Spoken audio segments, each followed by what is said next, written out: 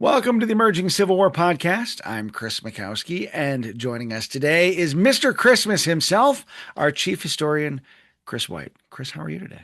Ho, ho, ho. Happy holidays, Merry Christmas, and all of the great good tidings and good cheer to you, my friend. And likewise to you, too. So, most people don't know this about you, but you are literally Mr. Christmas. Yeah, I'm the antithesis of what most people think of as merry and jolly and bright. Whenever they meet me for half the time, because I'm always in game mode. But I love Christmas. It's one of my favorite times of the year, if not my favorite time of the year, because it's just like, you get Christmas lights, you've got all the history that goes along with it, presents, everything. It's fascinating. And I travel the world going around to different Christmas and holiday festivals because I'm totally fascinated by the way other cultures celebrate the holiday season. Well, you're wearing your Santa Claus hat right now. I'm going to counter with my Grinch Who Stole Christmas hat today. And I'm a big fan of the Dr. Seuss, How the Grinch Stole Christmas. And although most people don't think of me as a Grinchy sort of guy, I love the Grinch. I was gonna say that this is like a yin and yang right now. This doesn't make sense. Usually, you're fun Uncle Chris, and I'm grumpy old Right. Chris. So Well, we've got a lot of Christmas cheer to spread today because you've spent a lot of time exploring Civil War Christmas, particularly, but that ties into a lot of our own traditions and perceptions about Christmas. And I thought it'd be kind of fun to bring you on and share some of your Christmas expertise, which is actual expertise. You know, a lot of people, again, not thinking of you as Mr. Christmas, but you've got it all. You bring it to the table, man. Well, I try to, and in this case, I mean, this is one of the best things to research because I get to go around and drink Glühwein and Eierpunsch and everything else as a historian, making sure that everything is historically correct. That's right. And so since it counts as research, it's all tax deductible, I right? wish, but yes, we'll say that it is. Uh, but we thought we'd talk a little bit about Civil War Christmas this year because certainly Christmas is a huge, huge part of the culture of America, but it has a huge impact on the armies, on the home fronts, in a way that I think is especially poignant because you've got this great holiday, of cheer and peace on earth and goodwill toward men in the midst of war, which to me is a really interesting juxtaposition.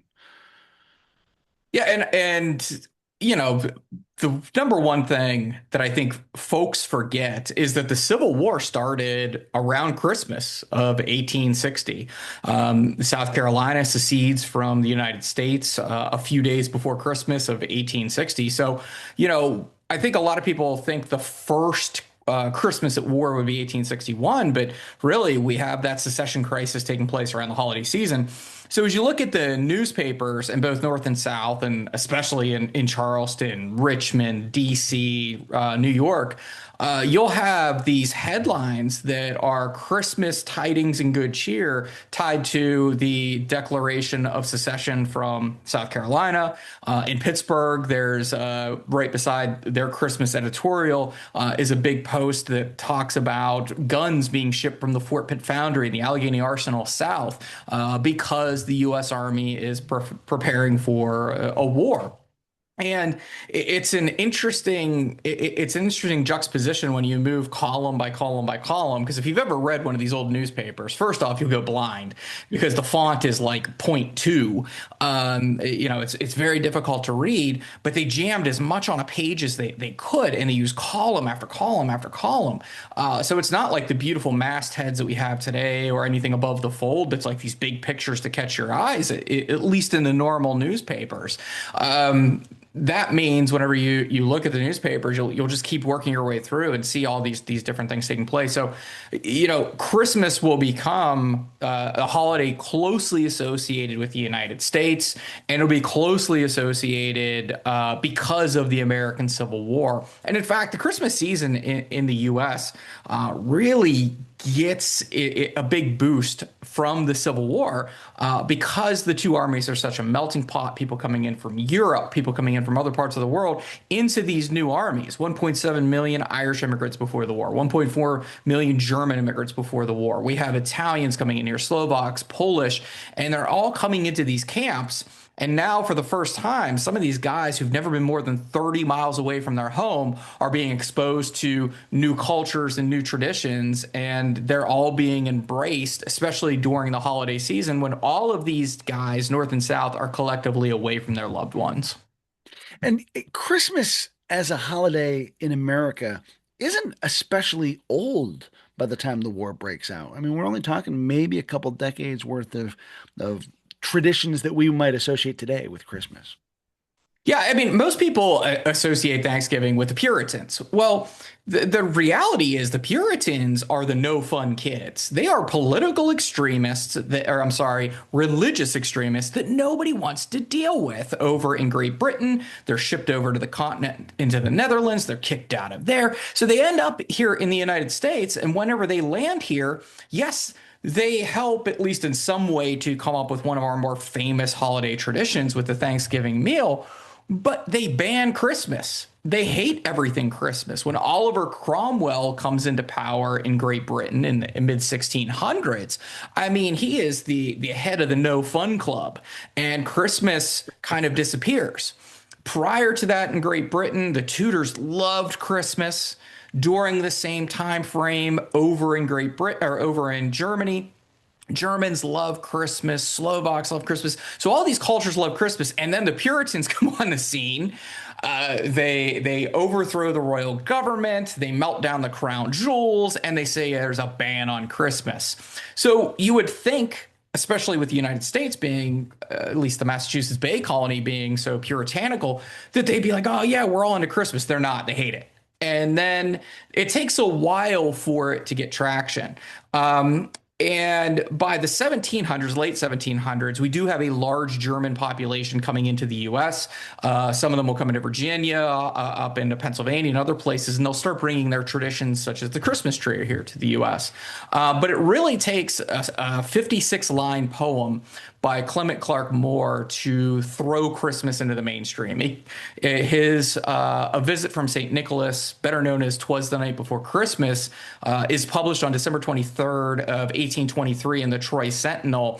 And it goes viral 1820 style. And that's it. Everybody in the US over the next few years will get to know the idea of Christmas via this 56-line poem. This will include Santa and his 8 tiny reindeer, Santa dressed with his hat coming down a chimney, stockings with care, snow out on the lawn, those other items. So it takes really that to push it into the fore. And there's a few other things, like Charles Dickens coming to the US in 1842 for a grand tour. Then in 1843, now that he's known to us, he writes A Christmas Carol, which is really a ghost story, a Christmas ghost story, becomes a international bestseller. Then in 1848, Victoria and Albert, Queen Victoria and Prince Albert over in England, put up a Christmas tree. It's 7 foot tall. And then there is a sketching of it in the newspapers in Great Britain of this family, the royal family around the Christmas tree. And now the middle class want a Christmas tree.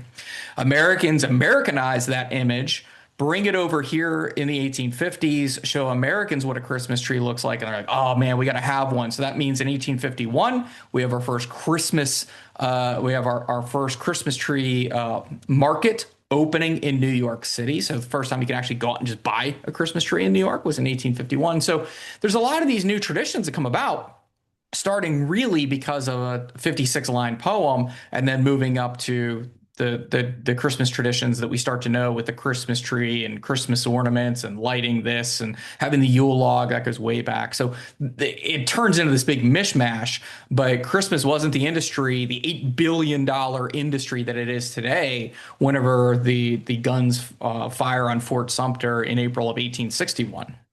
But you talk about the industry of Christmas, and of course today people say like, "Oh, Christmas has become so commercialized," but that isn't anything new either. Oh, totally. Like we all love to say, "Oh, look at the olden days," and everyone by the fire, and everyone's getting together. And believe me, the soldiers talk about this. They talk about having these huge meals and eating turkey. That goes back to Henry VIII.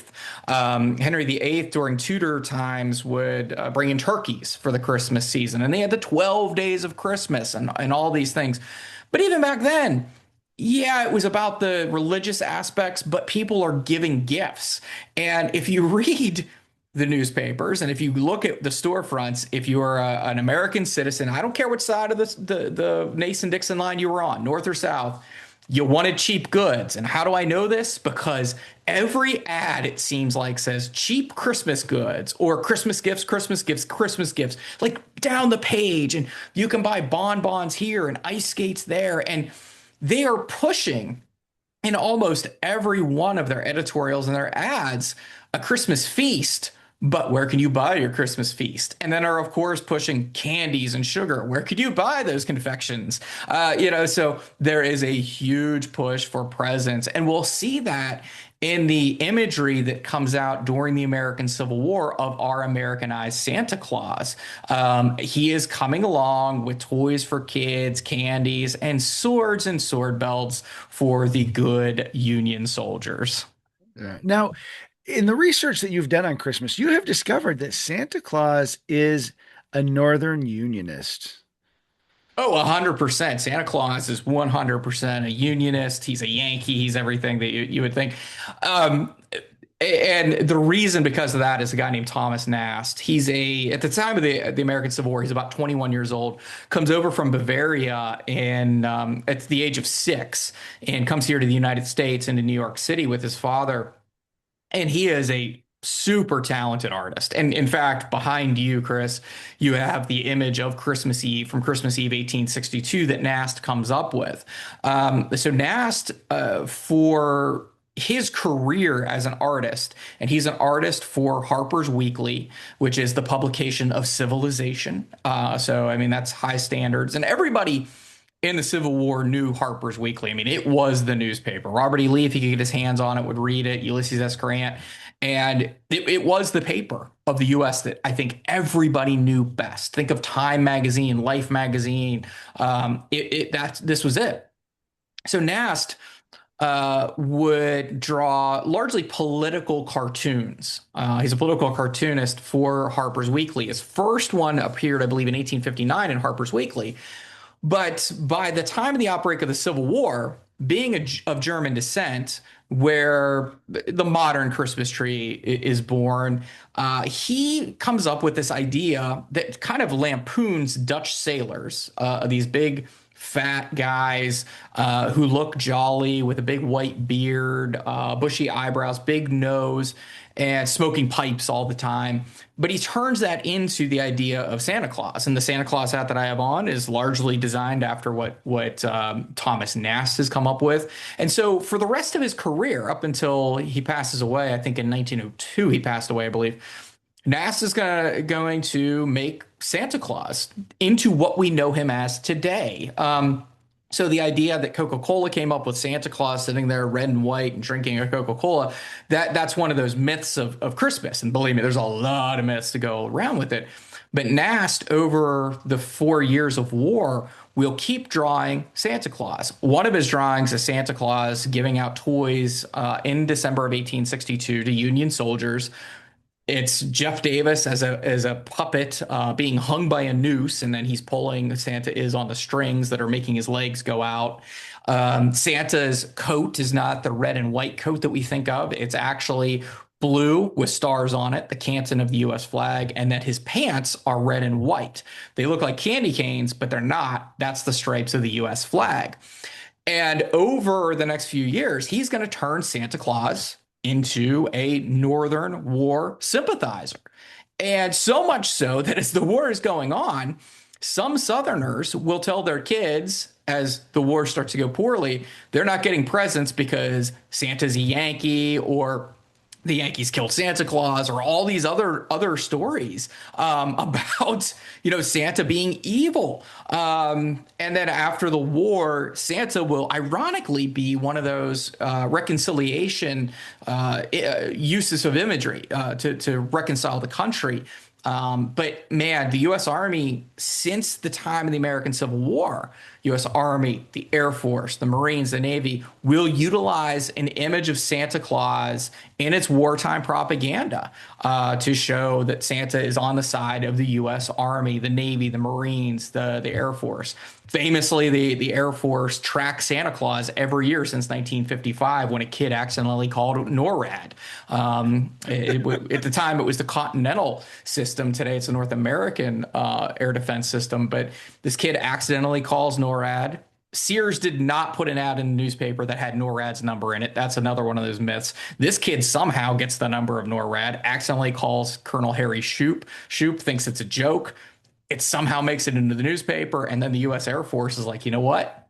Let's use this. And they put together a Santa hotline. You could call Santa. Now today, you could follow him on a website. So Santa Claus, because of Thomas Nast and the American Civil War, becomes a good old-fashioned patriot. I always compare the Santa Claus of the U.S. military to Captain America. So he's Captain Santa Claus.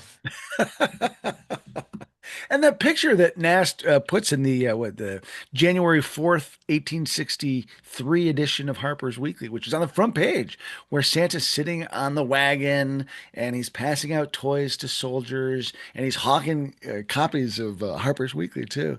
I mean, that's become a really iconic image from the Civil War that is far removed from the sort of death and destruction that we think of with the war. It's really kind of one of those heartwarming moments. And that's a really important moment in the war, just from a morale point of view with the army. Why is it that Santa, becomes so powerful at that particular moment? Well, it's a few reasons they become so powerful. I mean, the image you have behind you is the December 24th, 1862 image that Nast comes up with. And then Nast is either in the camps down there or he's getting clear reports of what's happening in the camps. Because if you look at the 1863 image, the one that you just referred to, if you look at the top of the image, of course, it says US on it because it's the United States. And there's Santa there. But there's also soldiers climbing a greased pole, soldiers chasing a greased pig, having parties, all of this. And that was the revelry that soldiers were actually writing home about for the Christmas of 1862. And we have soldiers' evidence of who've been writing about this image behind you, talking about how sad it is and how they really can relate to that image of a soldier sitting there looking at a picture beside a campfire while the wife is looking out the window praying about that soldier and everything. So both sides become both very drunk and very depressed on Christmas. Yeah, that is an absolute theme. And they also act like little boys, and they refer to themselves constantly as either schoolboys or as children or little boys because they love this idea of Christmas and being at home. But for the Army of the Potomac in January of 1863, they had gone from the gates of Richmond, been pushed all the way back to the back door of Washington. They had lost numerous battles. They had lost their favorite commander, George McClellan. And to make matters worse, they had just watched the greatest panoramic battle of the war at Fredericksburg and watched their friends futilely be thrown 7 times in waves across Marie's Heights, across the open plain to Marie's Heights to be thrown back. They watched men cross in boats to try to take Fredericksburg and the street fighting that took place, and they could see other actions down at Prospect Hill and the Slaughter Pen Farm. So they will describe this Christmas and specifically this winter as the Valley Forge winter of the war. That's their terms, going back to Washington 1777, 1778, encampment at Valley Forge. So the image of Christmas and tying into it and the camaraderie that came with it, the frivolity and just the memories of better times and places is something that these soldiers need. There will be soldiers specifically in the Union Army who will write 25, 30, 40 years after this Christmas. And the letters are absolutely, some of them are letters, some of them are regimental histories, are just absolutely heartbreaking.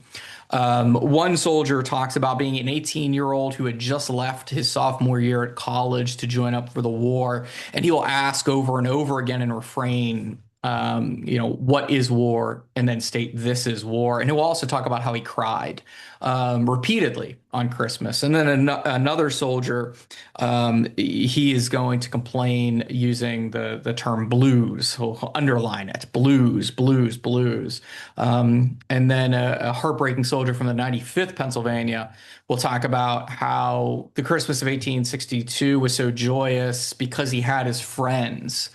And he closes by saying, of the four people who were in his little group, he was the only one who survived to see the Christmas of 1863.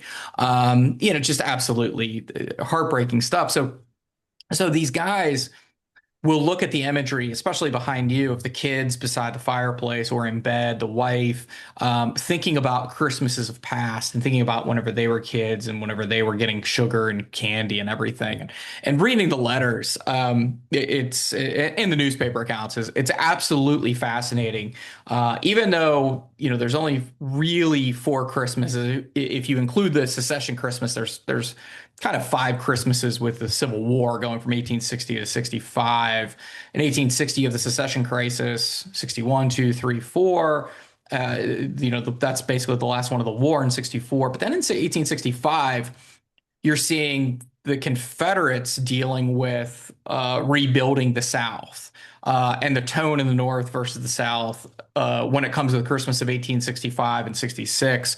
Boy, those are two different worlds. But by 1862, 1863, while these two armies are on similar footing, and even in 1861, many of these letters are similar. But by 1864, these guys really start. You can see the Confederates have the blues. So do the Union, but it's definitely tipping in the scales on the side of Confederates. Yeah. I want to talk a little bit more about the differences in years over the war. Because when we talk about, Christmas during the Civil War, I mean, the Civil War spans 4 years. But before we get to that, I want you to kind of walk me through this picture that I have up behind me as my background. So for folks who are listening rather than watching the podcast, there's some really evocative imagery and some kind of neat stuff going on the corners up here and down here. Walk me through this picture a little bit. So the image you have behind you is a Harper's Ferry image, or Harper's Weekly image that says Christmas Eve at the top, and below it is like you're almost looking through binoculars. And on the left-hand side, if you're looking out the left eye, you're looking at a woman who's kneeled down. You can see the city spires in the background, and she's looking out a window praying up at the moon, which you can barely make out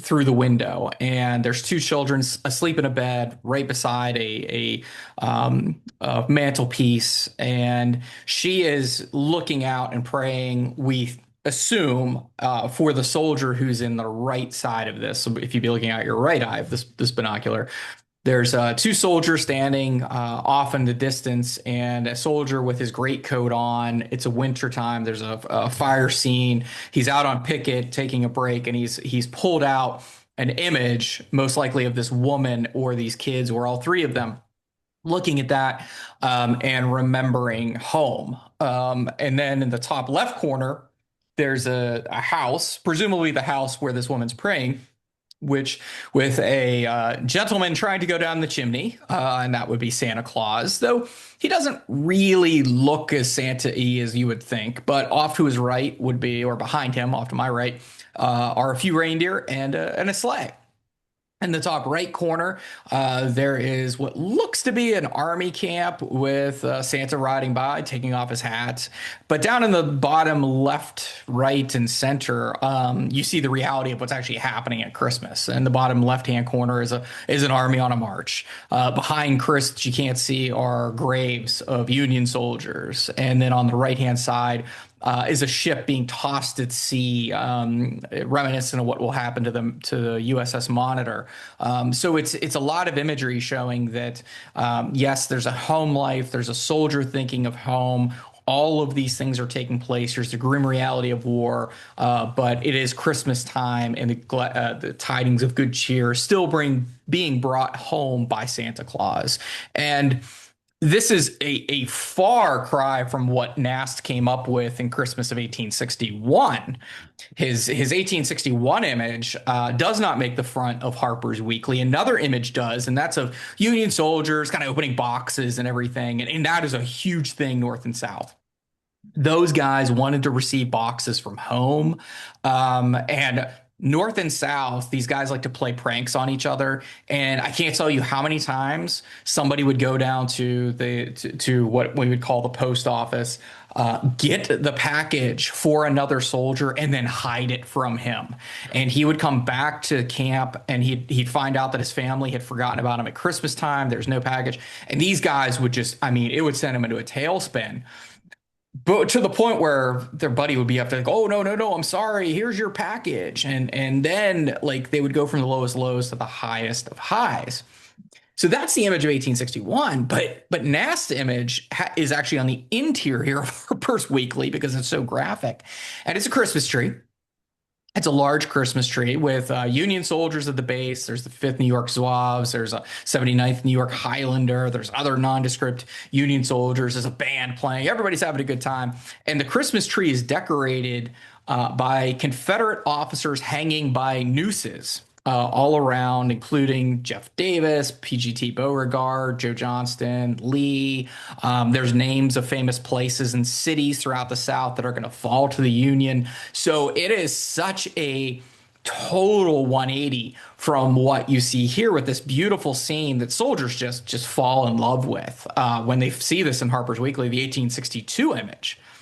But the 1861 image is, boy, is it the polar opposite. He is absolutely the hubris of youth has come forward with Thomas Nast, and you can see that he is a staunch Republican, a staunch Unionist, and he is staunchly anti-slavery in everything that he does. And he doesn't just attack the South throughout the war using Harper's Weekly. He goes after peacetime, the peace Democrats, the Copperheads, especially during the election of 1864. But man, when it comes to Christmas, I think that is his most graphic image of wartime propaganda. And it's kind of interesting because it's 1861. The characters he hangs from the tree, maybe not the same folks you would expect to see in 1864, for instance. So, like you have Ben McCullough hanging from the tree, and McCullough dies early, so you don't really kind of hear from him later on. But Yeah, Sterling Price is on the tree. Henry Wise, John Floyd. I'm just naming people that people would have known on the podcast because I mean he did go obscure. You could see that he had dug up General Pillow of all people. I mean he was digging for these, but I mean the tree was decorated with dead Confederates hanging by their necks. It was, boy, the first time I saw that one I was like, "Ooh, Merry Christmas to all." and there are laurels of victory hanging on the tree as well. So I mean he's celebrating some things as well. Well, he's celebrating the holiday season. I mean, greenery, laurels, holly, the Yule log, that's all. We'll see all those show up in camp too, because not only do they smell better than all the soldiers, they also give it a green tint. And it also is supposed to signify the life of Jesus. And there's also a lot of symbols that don't have anything to do with the birth of Christ and have more to do with either the pagan, the Roman, the Slovak holidays. Yeah. Now, you and I were talking the other day about the idea of the Christmas tree, and that's a relatively new phenomenon in America. And earlier in our conversation, you alluded to the sketch from Queen Victoria, but kind of these Germanic cultures that are coming to America, these German soldiers that are coming into the army, that kind of helps elevate the idea of the Christmas tree in America. Yeah, I mean, the ironic thing is that the German soldier, especially because of the Union 11th Corps, are so downtrodden. They're beat up on in the time during the newspapers. They're beat up by historians. They aren't always looked upon as the best and brightest of the U.S. Army. but they are the ones who bring a lot of our Christmas traditions that we think of. So Prince Albert is German. He marries his cousin, who's Queen Victoria. They're all interrelated. You get to World War One, it's cousin this and cousin that and cousin this all fighting with each other. But when That they could be get, that could be the South, right? oh, you went there. I did not. You pulled a Thomas Nast, my friend. Um, and so he brings Prince Albert brings a Christmas tree over. The first one probably is in the palace in 1841, but by 1848 it becomes well known, and the public gets to know it. But that tree is at that point a couple hundred years old, or at least the idea of that tree. We can pretty confidently trace the Christmas tree's origin in Germany back to either Germany or France. And the reason I say that, it's because it's Strasbourg. And Strasbourg is sometimes French and sometimes it's German. It's on the border. There's wars over this area, the Alsace and Lorraine regions. But in around 1568, one of the churches is going to start putting up a beautiful tree. They call it a paradise tree. It's a green tree, and it would be decorated with all kinds of fruits. And the paradise tree is supposed to go back to the Garden of Eden, and the idea of what Adam and Eve would deal with. And these trees started to pop up around that time. And so some people were like, "Oh, wow, we really like that idea of having these trees in the church. Well, let's put them in our homes." Now, there's some other stories too that Martin Luther, the great Protestant leader, at some point is walking along and looks up at the night sky and sees all these sparkling stars and thinks that, oh, that would look pretty on a tree, and we should put a tree up with all these candles and make everything pretty. There's less evidence that that happened, but I'm sure at some point it had. But the ideas of having greenery, that goes back to the Tudor times. That goes back to the times of the Norse, whenever the pagans were celebrating Yule, which is really their version of Christmas. Not to be mistaken for Richard Yule. No, not Richard Yule, no, different spelling, and Different and Yule. there's also Thor and Loki and all that other stuff going on. And so you have that greenery is tied way back in the day, that it gets picked up during the medieval times. The first Christmas mass we know of is around 1068, sometime around there. What I've learned in my research is everyone's traditions are older and better. So like we have the oldest Christmas market, and then you go to the next Christmas market. Ours is older and better. We have the first Christmas tree. No, we have the first Christmas tree. Like it is so difficult because so much of this is just simply oral tradition passed down from family to family. But the Christmas tree has all these, it starts to build up from way back in the day. We want greenery, then people will put some different types of greenery in their houses. So when we think about the Christmas tree itself, it's probably around 1560s. Strasbourg picked up in other parts of Germany, and then it's kind of exported through Europe, and then finally becomes really famous with the English. Now we do have some evidence that the Hessian soldiers during the American Revolution did bring Christmas trees, or at least a Christmas tradition, over here to the States and Canada. I know up around like Quebec and Montreal, there's some evidence that the Hessian soldiers who were up there at one point were putting up Christmas trees. During Washington's Trenton raid in 1776. They're not all sitting around a Christmas tree or whatever, but the Hessians were slightly celebrating Christmas. They weren't drunk. They had been on patrol for 3 days. They were more exhausted than they were drunk or anything. That's another one of those myths from the Rev War. But those Hessian soldiers who do stay here after the American Revolution, because many of them become prisoners and many of them want to stay here, will bring those traditions here. And then those 1.4 or so million Germans who come to the US bring their Christmas traditions to the Northeast and especially the Midwest before the war. And that's where this all kind of grows out from. So let me ask you about another Germanic tradition, Krampus. Is there any mention of Krampus during Civil War Christmas time? So I'm sure he was mentioned. I have not seen every letter or not, but to answer very quickly, Krampus is basically where Santa is the good, Krampus is the bad. There's also Belschnickel, which was made famous by The Office by Dwight Schrute playing Belschnickel. People are like, that has to be fake. No, it's real. There's also a scene that's now cut out of The Office of Black Pete who comes in. That's the guy in blackface. I mean, it's horribly racist. That's also accurate. There's also these other ones known. I think it's Perkinkirsche. I think they're known as. Regardless, they're all these evil spirits who had come along because Christmas wasn't all about family and good times in the 17 and 1800s. It was about these traditions largely dealing more with Halloween and ghost stories. So, some of the earliest Christmas traditions take place in cemeteries, where, like in the Slovak culture, they would go to a cemetery, create big bonfires, and burn effigies, and they would keep the dead warm. They would tell ghost stories. A Christmas Carol is a ghost story with it and everything. So there's all these strange traditions with it. Some strange, some not so strange. But Krampus comes about where you have the good list and the bad list. So Krampus essentially is the guy who comes along with Santa Claus in some cultures, and in some places Santa Claus is called Sinterklaas, which just sounds sinister, and I love it. But he's not sinister in any way. And the two of them would show up at your door, and one would give you presents, or the other one would whip you or kidnap you. So Krampus would whip you or kidnap you, or Santa would give you a present. Sometimes there was one day of the year where just Krampus comes out, and these evil spirits come out and they would whip you and kind of break in. It's like the Purge Christmas style. So that's kind of where we get the idea of this good list and this bad list from, where you have Krampus is bad, Santa is good.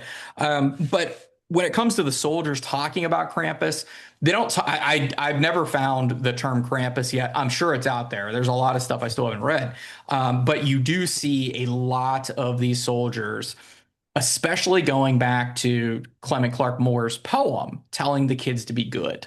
So good boys and girls, good boys and girls, good boys and girls. So the elf on the shelf, even though people might hate it nowadays, it was a thing back then. It was called Krampus.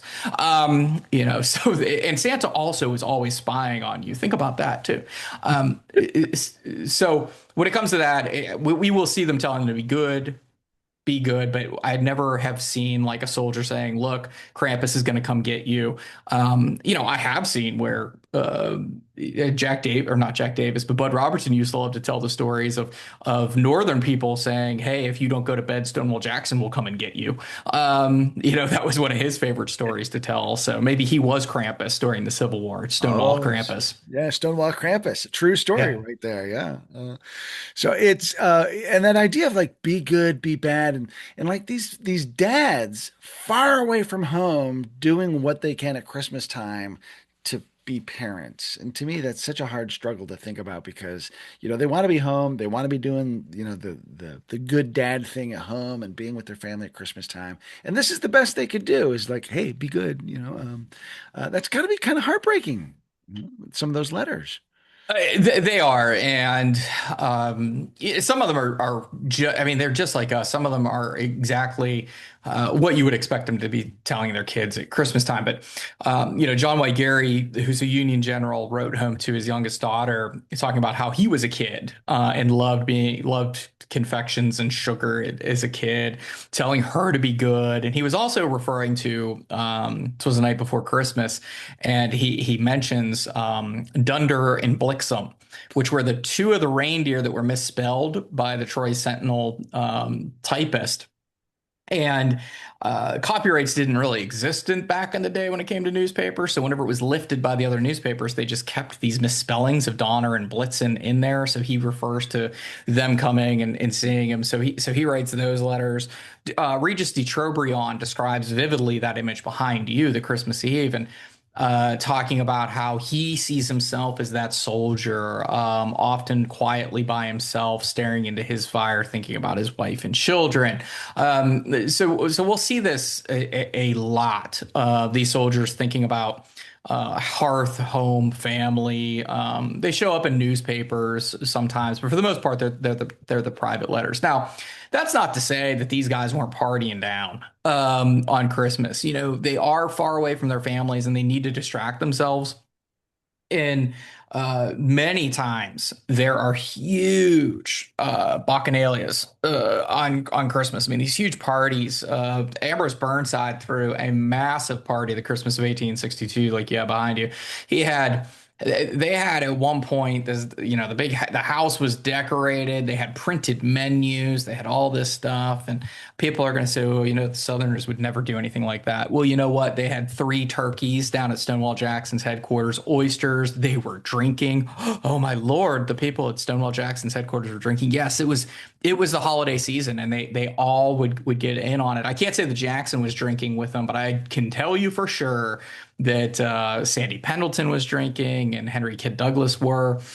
And my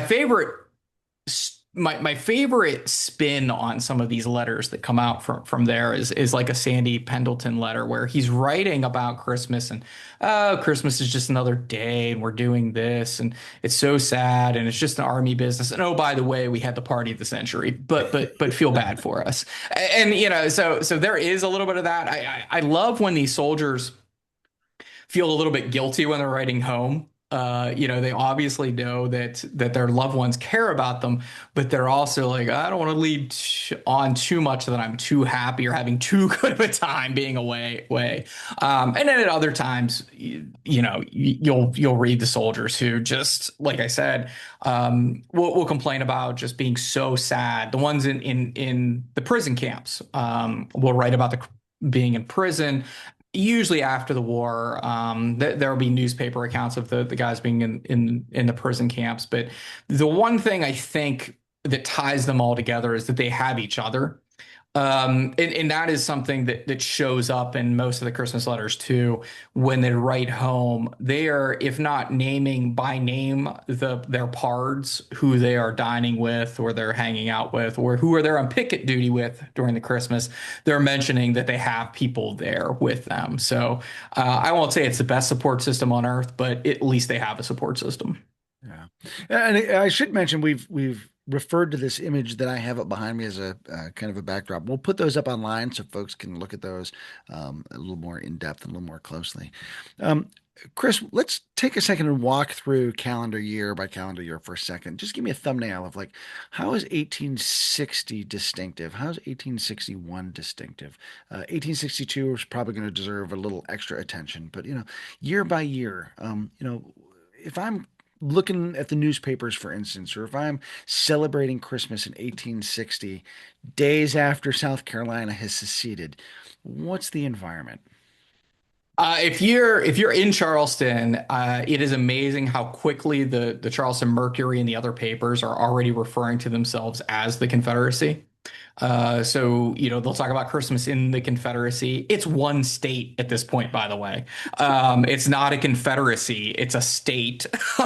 You know, so like there you go. Because it's going to take till January for them to get some friends to come and join them. Um, so there's that. Everything's closed on Christmas. At this point, in United States history, 29 states have made Christmas officially a holiday of the 34 states. It's going to take Ulysses S. Grant in June of 1870 to make it a federal holiday. In fact, when Lincoln was in Congress, well, when he was in the state house in Illinois, he voted against making Christmas a holiday, which is ironic because he leaned so heavily into it during the war. So in 1860, it's you know, there's a lot of secession with South Carolina, guns moving south, men starting to come together north and south to rally towards their respective causes. And then it's a lot of Christmas, a lot of Christmas articles. It's, you know, buy this, go here, here's some poems, all that. So the news of the war isn't large enough quite yet to take over the entire front page. So it's still more Christmas than it is And you saw an war. interesting banknote, as I recall, in Charleston. Yeah, one of the banks in Charlotte, I think it's the Hatteras Bank in Charleston, had a small ad announcing how it was closed, and as being part of the Solvent Confederacy. This is December 24th. They put this in the paper. I was like, wow, we are already Confederates. And then stating that if anybody would like to put their turkey buzzard money into the bank, they would have to do it the day before Christmas. And what they're referring to is the eagle on on any sort of federal gold coins at that time, because we still don't have the standardized money yet. The Civil War will bring us our standardized money like we know it today in the banking system. But they are throwing shade at the government, at like Christmas 1860 style. But that's one of the big things you'll see, especially in 1860. North South closed, closed, closed. Cheap stuff, buy it, buy a lot, buy now. Yeah. And how's that different a year later in 1861, where the North has seen a few military setbacks, spirits in the South are riding high? What's Christmas like then? In 1861, it's still kind of similar, but we see more war news mixed in with the newspapers around Christmas and New Year's. Still a ton of ads saying, come buy our cheap stuff. In the North, you're still seeing that there are cheap items coming together. Now, the Christmas card as we know it was invented, at least the modern iteration of it was invented in the 1840s over in Great Britain. Um, and when it was invented, it was basically a business card being sent around. Well, in one of the newspapers in the South in 1861, there's an ad that shows up that says that the government or the French consulate is no longer delivering mail directly into the South. They are sending it through the port of New York, giving it to the Northerners who are not delivering our mail. Go surprise, surprise. If you've declared a rebellion and against the U.S. government, they're not going to deliver your mail to you. So I thought that was an interesting one that showed up there. But for the most part, you're going to see that the war news is starting to grow, but cheap stuff and a little bit more war news is coming out by 1861.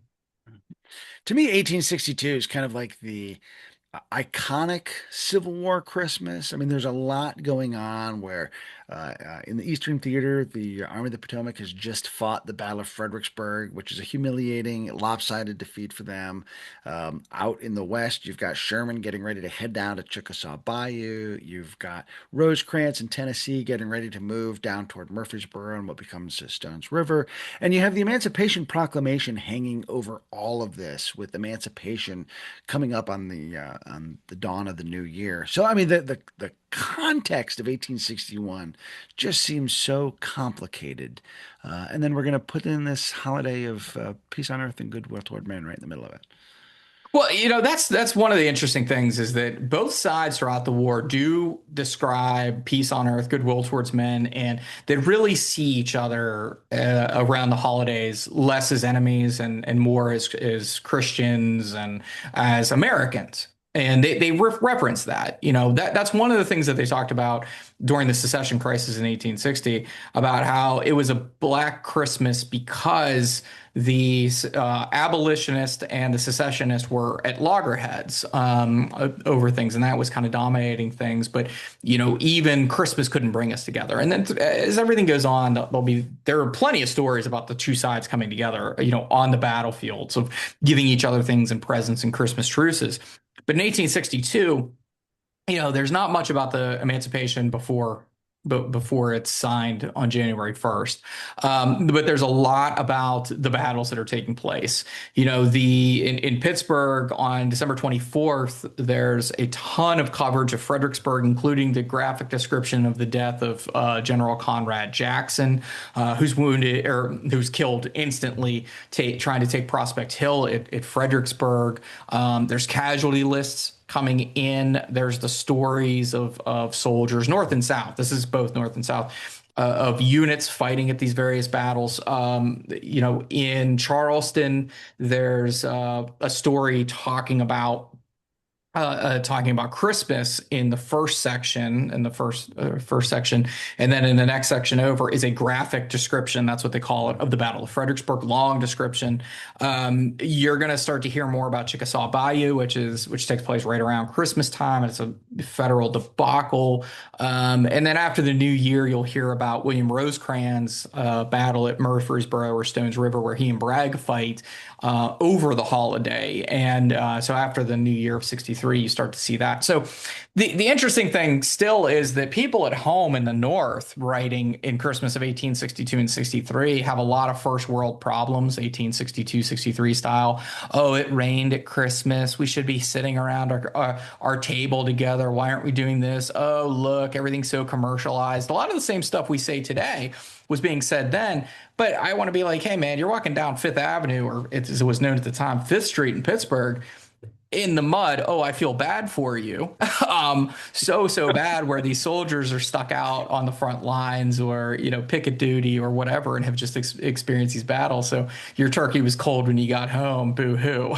So they're just like us. There's a lot of these first world problems that you see, people who are not out on the front lines. But there is, especially during the Christmas of 62 and 63, a heck of a lot more war coverage, that have come out into those papers. Yeah. Is there anything about 1863 that stands out for you as distinctive as a Civil War Christmas time?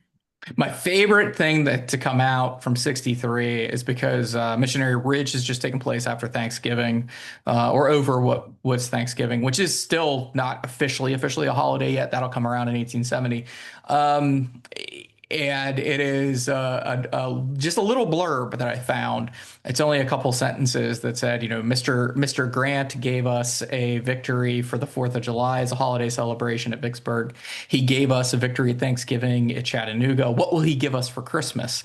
And I love the fact that, of course, next year will be the Christmas gift that is the gift of gifts for the Civil War, and that is Savannah. And that's whenever William T. Sherman gifts the city of Savannah to Lincoln. But in 63, you are starting to see that people have been at war for a long time. It's a little bit darker whenever you're reading about Christmas, especially in the South, but nothing like you'll see in 64 and 65 from the Southern papers.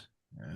I think that's really exemplified by probably what's my favorite Civil War Christmas story, and that's Henry Wadsworth Longfellow's poem, I Heard the Bells on Christmas Day. His son, Charles, is wounded during the battle near New Hope Church during the Mine Run campaign, shortly, just days after Thanksgiving. Young Charles is part of the 1st Massachusetts Cavalry, gets sent home to Massachusetts to recover from this wound. And as his dad is sitting by the bed holding vigil, he writes this poem. And most of us today think of this as like a beloved Christmas poem. I heard the bells on Christmas Day, but it's really an anti-war poem. A lot of people forget about that. And that's we talked about this the other day. The problem with a lot of our Christmas carols, our Christmas stories, our Christmas traditions, people look at them at a surface level and do not dig deeper. I was just telling you the other day about wassailing, where wassailing is a form of trick or treating, where people come around. And it used to be 2 words, wassailing, and it had a different meaning in Old English, but nowadays it's basically to toast or to drink. And the soldiers would go wassailing, which means they would go to their generals' tents, usually put together these terrible jug bands, and guys who have no musical interest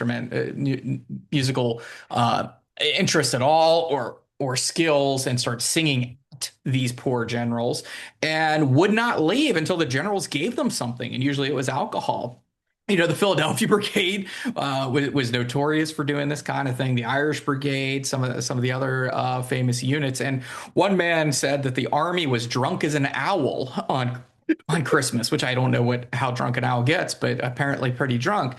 And so these guys would go around wassailing, and if you listen to the songs, or at least read them, give us some figgy pudding, give us some figgy pudding. Basically, they're demanding figgy pudding, or that you won't leave. They're demanding wassail. They're demanding a drink. They're demanding a toast. Charles Dickens it's a ghost story. I mean, back in the Tudor times, and back even before that, and even today in some cultures, the dead were venerated during the Christmas season because they thought because of the winter solstice, it was the closest you would get to death's door, and that you could they would know that you're right there with you. So that's why they would warm them with fires. They would burn effigies of goats in some places made out of straw. My favorite story is there's a place that brought this back in Sweden in the 1960s, in 1966. They built this huge goat out of straw, which was the tradition to do this with the last harvest of the season, and that would bring good tidings for the season. But the town didn't want to burn it. Since they installed this goat every winter since 1966, 37 times it's been burned down because people will go into town and burn it down because that was the Christmas tradition. I think it's hilarious. So you'll see all of these traditions if you look a little bit deeper. So if you read Dickens a little bit deeper, that's the ghost story that you're seeing. If you look in the Slovak culture, of candles. That is one way of showing the dead you're still there, or having a fire that's to warm the dead, your dead relatives. There are some societies that used to not clean the Christmas dinner from the table because when they went to bed, they thought that that's whenever the ghosts would come out and feast. So there's all these different things. And all you have to do is go from the surface level and start looking a little bit deeper, like, oh my Lord, Silent Night. If you get to the fourth verse of Silent Night, which is the third most popular song in history, Bing Crosby's version of it. Useless fact, if you go to Spotify and you put in Silent Night, there are so many versions of it, it could play for 79 years straight. That's a useless fact. Um, but if you go to the fourth stanza of it, it was written in 1818 in the wake of the Napoleonic Wars. And Austria had fallen to Napoleon's empire. And it's talking about wanting to have that peace and coming back together. It's directly tied to it. So I think if you look a little bit deeper to these things, and I'll stop rambling here in a moment, and not just take the traditions on the surface, you will understand them a little bit better. I mean, I think one of my favorite stories, true or untrue, is the fact that Odin would ride in on his eight-legged horse Sleipnir with the wild hunt to terrorize people on Yule. And that is one of the theories of where we get the eight tiny reindeer, is the eight-legged Sleipnir. Merry Wild Hunt Christmas, it's Yeah, all I can think of is The Witcher 3. It's a great video game, The Wild Hunt. So 1864, you've already alluded to Sherman's great Christmas present of Savannah. There's also a battle going on along the North Carolina coast. What's Christmas in 1864 looking like? Well, as we all know, William T. Sherman burned every historic mansion in the South, especially Georgia. So if you go on to TripAdvisor, if you go on to some other places, you will never find historic mansions in the South. Yes, I'm saying that tongue in cheek for you folks. My favorite story to come out of there, and this shows up in the newspapers and it shows up in the soldiers' letters, is that after Savannah Falls, the Union soldiers see what they did to that 60-mile swath of Georgia. And they will get a bunch of wagons together on Christmas, fill it with supplies, and ride out to the countryside to give it to the civilians. And some of the soldiers will kind of half-heartedly dress up like Santa Claus, but with their horses that are pulling the wagons, they'll actually put sticks in their reins to make it look like they're reindeer to try to at least bring some Christmas spirit out to them. So Savannah may have fallen, but the soldiers, at least in that army group, are starting to see that they are, still they still share a common heritage, and they're coming together. And that, again, that is something that we see as a theme throughout the entire Christmases of the war. But Ben Butler, who's come up with his idiotic scheme to take Fort Fisher, is off the North Carolina coast. He's come up with this idea to float a ship filled with gunpowder into the side of Fort Fisher, let this thing explode. We'll blow a big hole in it, crater style, and then we'll send Marines and sailors and the army into it. It's an abysmal failure. So what we're seeing is that the Christmas present that Ulysses S. Grant gets is that he can finally sack Ben Butler, and Ben Butler will go off to the side, and we'll have other officers come in and take Fort Fisher a few weeks later in January of 1865. So they do have battles on Christmas. There are campaigns taking place in the midst of the Christmas season. We have to remember that Hood's army had just been defeated at Franklin and Nashville, and there's still a pursuit taking place out in that part of what's left of the army of the Confederate Army of Tennessee. So there are soldiers on the march. One of the only books on Christmas at the Civil War is called "We Are Marching on Christmas," and that's a direct quote, I think, from a soldier in the 59th Illinois who's chasing down Hood's army at that point. So it's going to look in the north. It's starting to look like, okay, we're getting there. It's still a little bit bleak because Andersonville exists, and we have the Petersburg siege, and of course Fort Fisher's a mess, but Savannah's just fallen. So it's like, man, here we're getting closer and we're getting closer. Lincoln's been reelected. And on top of it, Sheridan has cleared out the valley, and Thomas Nast used a lot of his propaganda in the valley or after the Valley campaign to push Northern voters to the Lincoln cause. In the South, they're seeing it. They're seeing that the Southern Confederacy is falling apart. There is still hope. There is still those diehards that think they're gonna last. My favorite Christmas letter from 1864 comes, well, it's not a letter, I'm sorry, it's a diary entry. It comes from Mary Chestnut. She has two really, really good Christmas time entries. One in 1861 talking about the death of Prince Albert. And boy, you talk about a bleak woman. This woman must have been a pill. And then you get to 1864. She's complaining that she's in Camden, South Carolina. She's like, why did we come to Camden, South Carolina? This place is terrible. And she's having dinner with Confederate Senator Louis T. Wigfall.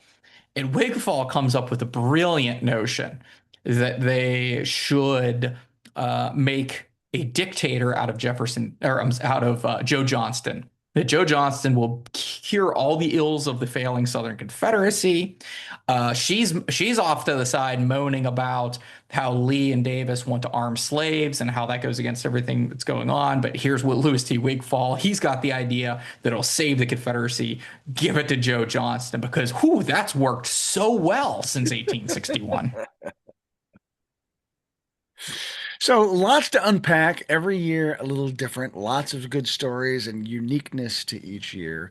Um, as people, kind of settle into our modern Christmas, what advice would you offer them as they look back to the Civil War years and kind of tap into that Civil War history? I would say, everybody is, oh, it's all about Jesus. It's all about peace on earth, goodwill toward men, all this. And those are some of the notions. Christmas's origins are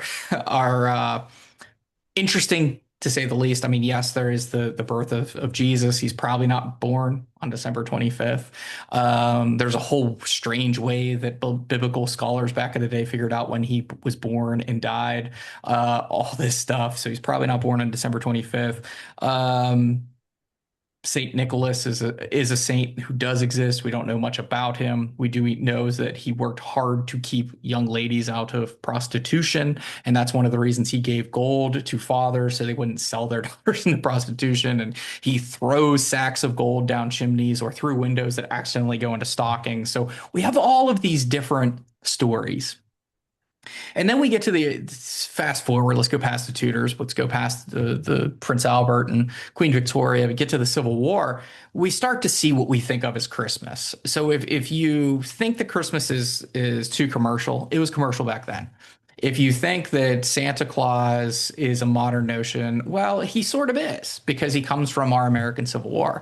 And if you think that our traditions are ancient, you're wrong. For the most part, I mean, there are certain traditions that are, but man, when we look back on the Civil War, I have to say that the thing that gives the two or three items that drive our modern Christmas is the 1823 Clement Clark Moore poem. That is hugely influential. It's Queen Victoria and Prince Albert getting that Christmas tree. It's Charles Dickens writing about the Christmas Carol. Then we have, if you want to throw it in there, even though they're kind of dying off, Christmas cards, and then Santa Claus. the idea of Santa Claus coming out of the Civil War, in our image at least of who Saint Nicholas and Santa is. So I would say if you want to really understand where we come from in our modern Christmas, go back and read that poem, read Charles Dickens, look at these sketches, and that will give you a better understanding of how and why the people of the Civil War era celebrated Christmas. And boy, it's not much different than the way we celebrate it today. We are very, very similar in our Christmas traditions, and almost all of them are starting from around that era. And Silent Night isn't an ancient song. It's first performed in America in 1839. So, more of our traditions are closely tied to the 19th century than they are to, say, the time of Jesus or even the medieval period or even the Tudors. Uh, Great reminder that, the more things change, the more things they stay the same. Those folks from the Civil War era are really a lot like us. And if we kind of dig into some of these things you've talked about today, you'll see just how like us they were, and They the would have loved Black Friday. They would have loved it. Okay. They love cheap stuff. I mean, my Lord, the number of uses of cheap in their advertising was insane. And that is probably the number one thing we have transferred to the rest of the world. When I go abroad, I spend a lot of time around the holidays abroad.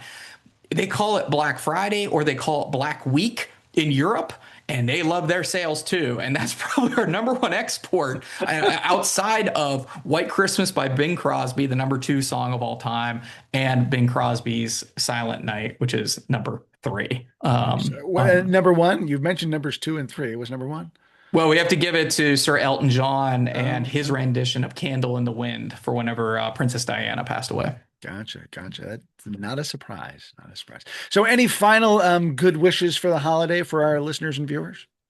Well, I think that if you would remember that the emerging Civil War series books make a fabulous stocking stuffer, and I do think that Thomas Nast and others would love to see those in your stockings this Christmas. But in all seriousness, I really really think that it's important to read these soldier stories and read about what's happening in the papers, and then thinking about our soldiers, sailors, airmen who are abroad during the Christmas holiday season and just how similar they are. There's a Christmas truce during the American Civil War at Fredericksburg. The most famous Christmas truce of all time is in 1914 at Ypres, outside of the city of Ypres in Belgium, when the two sides come together. And you have soldiers constantly thinking of home from all of these wars. So I think that's the number one tie to it. These two sides, people want to argue that the war is not about slavery or it is about slavery. It's about this or it's about that. Even during the Christmas season, these two sides could put aside their differences to remember that they were Americans, and they refer to that a lot, and to come together and give each other sometimes presents and to warm even the enemy's hearts with presents and tidings of good cheer because they knew that they were in the same boat as soldiers as each other. Uh, that's a great reminder. So, and I'll just add on, may everyone have peace on earth and goodwill toward everybody in this holiday season. Kris, this was a lot of fun. I appreciate the chance to pick your brain as Mr. Christmas. Well, I appreciate it, Sir Grinch. I mean, you even have a son named Max, so I take it he is your dog pulling the sleigh for you. Get out. I'm Chris Mikowski with Kris White, Mr. Christmas for the Emerging Civil War podcast. Thanks for being with us. Merry Christmas, Happy New Year, and season's greetings, no matter what holiday you celebrate. We'll see you online and on the battlefield.